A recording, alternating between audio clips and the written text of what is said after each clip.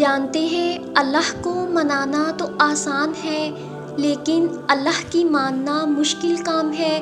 اس لیے اللہ کبھی کبھار ہمیں زندگی کے اس موڑ پر لا کھڑا کرتا ہے جہاں ہمارے پاس کوئی بھی آپشن نہیں بچتا، پھر ہمیں اللہ کی ماننی پڑتی ہے۔ اور یہی ہمارے ایمان کا امتحان ہوتا ہے کہ جس چیز کا ہم اللہ سے دعویٰ کرتے ہیں، کیا واقعی ہم اس پر پورا بھی اتر سکتے ہیں؟ اپنی رضا کے لیے تو سبھی یقین رکھتے ہیں اللہ پر، لیکن اللہ کی رضا کے لیے صبر صرف ایمان والے کرتے ہیں، پختہ ایمان والے۔ اور یاد رکھیں کہ جو اللہ کی بات نہیں ٹالتے، اللہ بھی پھر ان کی بات نہیں ٹالتا۔ آزمائشیں ہی تو ہمارا ایمان زندہ رکھتی ہیں، اور ہمارا ایمان ہمیں زندہ رکھتا ہے، ورنہ ہم تو کب کے ختم ہو چکے ہوتے۔ ہر محرومی آپ کا امتحان ہے، اور امتحان میں پاس وہی ہوتا ہے جو استاد کو راضی کرنے میں کامیاب ہو جاتا ہے۔ تو آپ بھی راضی کر لیں اپنے نگران کو، اپنے اللہ کو۔ اللہ قرآن میں فرماتا ہے، اور آپ کیا گمان کرتے ہیں کہ یہ کہنے سے چھوڑ دیے جائیں گے کہ میں ایمان لایا اور پھر آزمائے نہ جائیں گے؟ آزمائشیں تو پیغمبروں پر بھی آئی تھی نا، حتیٰ کہ حضرت آدم علیہ السلام شیطانی وسوسے سے آزمائے گئے۔ حضرت محمد صلی اللہ علیہ وآلہ وسلم کو ہر طرح کے غم سے آزمایا گیا۔ شاید ہی کوئی غم ہو جو آپ صلی اللہ علیہ وآلہ وسلم نے اپنی حیات مبارکہ میں نہ سہا ہو۔ حضرت نوح علیہ السلام کا مذاق اڑایا گیا۔ حضرت عیسیٰ علیہ السلام کے والد نہ تھے، حضرت مریم علیہ السلام نے اکیلے ان کی پرورش کی۔ حضرت ابراہیم علیہ السلام کو آگ میں پھینکا گیا اور اپنے فرزند کی قربانی کی آزمائش میں مبتلا کیے گئے۔ حضرت یوسف علیہ السلام کو بھائیوں کی منافقت اور حسد سے آزمایا گیا۔ ہم اپنے معاملات اللہ کے حوالے کر ہی نہیں پاتے۔ ہم اس خوف میں رہتے ہیں کہ اگر ہم نے اپنے معاملات اللہ کے سپرد کر دیے اور ان کا نتیجہ ویسا نہ نکلا جیسا ہم چاہتے ہیں تو کیا ہوگا؟ بس ہمیں یہ خوف دل سے نکالنا ہوگا۔ ہمیں ہر اس چیز سے آزمایا جائے گا جس سے ہم ڈرتے ہیں۔ اگر ہم اپنے معاملات کو اللہ کے سپرد کرنے سے ڈرتے ہیں تو ہمارے معاملات کو اللہ اسی جانب پلٹ دے گا جہاں ہمارے پاس اپنا سب کچھ اللہ کے حوالے کر دینے کے سوا کوئی دوسرا راستہ نہیں بچے گا۔ اس لیے دعا کیا کریں کہ یا اللہ، جو میرے حق میں بہتر ہے وہی میرے ساتھ ہو، جو تیری رضا ہو وہی ہو، اور مجھے اسی میں سکون بخش۔ ہم اللہ سے اس چیز کی فرمائش کرتے ہیں جو ہمیں اچھا لگتا ہے، اور اللہ کتنا رحمان ہے، وہ ہمیں اس چیز سے نواز دیتا ہے جو ہمارے لیے بہترین ہوتی ہے۔ اللہ نے تو ہم سے ہر مشکل کے ساتھ آسانی کا وعدہ کیا ہے، پھر پریشانی کیسی؟ وہ تو اپنے وعدوں پر قائم رہنے والوں میں سے ہے۔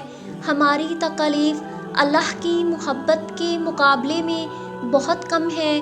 یہ تو ہمارے گمان میں بھی نہیں کہ اس کے ایک کن میں کتنی طاقت ہوتی ہے۔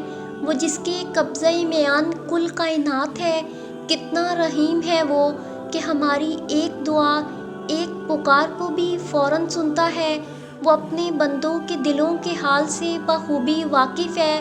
جب کبھی تھکنے لگو، یا اپنے آپ کو تنہا محسوس کرنے لگو، یا سفر مشکل لگنے لگے، تو ایک لمحے کے لیے یاد کر لینا کہ تمہارا رب کون ہے۔ اللہ تم پر تمہاری رضا کے راستے تب بند کرتا ہے جب وہ چاہتا ہے کہ تم اس کے راستے پر دوڑے چلے آؤ۔ وہ تمہاری دعائیں اس لیے اپنے پاس سنبھال لیتا ہے تاکہ تم ان کی التجا لے کر بار بار اس کے روبرو جاؤ۔ وہ اگر آزمائش دیتا ہے تو تمہیں اس پر پورا اترنے کی ہمت بھی دیتا ہے، وہ کبھی بھی تمہیں نا امید نہیں ہونے دیتا۔ تم نہیں جانتے کہ اللہ نے تمہارے لیے کیا سوچ رکھا ہے۔ تم نہیں جانتے کہ اللہ نے تم تک تمہاری چاہت پہنچانے کے کتنے انتظامات کر رکھے ہیں۔ تم نہیں جانتے کہ اس دیری کے بعد تمہاری ہر اس دعا کی قبولیت ہے جو تم مانگا کرتے تھے۔ تم نہیں جانتے کہ جس کی ایک تجلی سے کوہ طور راکھ ہو جائے، اس کا ایک حکم کیا سے کیا کر سکتا ہے۔ تم نہیں جانتے کہ تمہارے خوابوں کو پورا کرنے کے لیے اس نے کیسی تدبیریں بنا رکھی ہیں۔ تم نہیں جانتے کہ تمہیں توڑنے میں ہی اس نے جوڑنے والے سبھی راز چھپا رکھے ہیں۔ تم نہیں جانتے کہ اس نے اختتام میں تمہاری رضا کو ہی تمہارا مقدر لکھ رکھا ہے، اور ہر چیز ہو جاتی ہے اپنے بہترین وقت پہ، بہترین وسیلے سے۔ اپنے ہر سوال کا جواب خود مل جاتا ہے۔ ایک نیا موقع زندگی کو اور بہتر بنانے کا، اور اگر کچھ تمہیں نہ ملے تو اس کا دکھ مت کرنا، نا امید نہ ہونا، کیونکہ اللہ کی مصلحت اور اس کی رضا سے تمہیں وہ دیا جائے گا کہ تم خوش ہو جاؤ گے۔ بس جب وہ تمہیں اپنی جانب بلاتا ہے تو وہ راضی ہونے کا ارادہ باندھے ہوتا ہے، اور جب تمہیں دعا کی توفیق دیتا ہے تو قبولیت کے لیے تمہاری دعا کے انتظار میں ہوتا ہے۔ پھر یوں مکمل کر دیتا ہے تمہیں کہ دنیا دیکھتی رہ جاتی ہے۔ بس صبر رکھو، بہت جلد تمہاری دعائیں قبول ہونے والی ہیں۔ تمہارے لبوں پر آنے والی دعائیں بے مقصد تو نہیں ہے نا؟ تمہارے تو وہم و گمان میں بھی نہیں ہوتا اللہ کن کن طریقوں سے تمہاری مدد فرماتا ہے؟ تمہیں کیا لگتا ہے وہ تمہاری تکالیف سے واقف نہیں؟ ایسا نہیں ہے، وہ تو تمہیں بس اپنے آپ سے قریب کرنا چاہتا ہے۔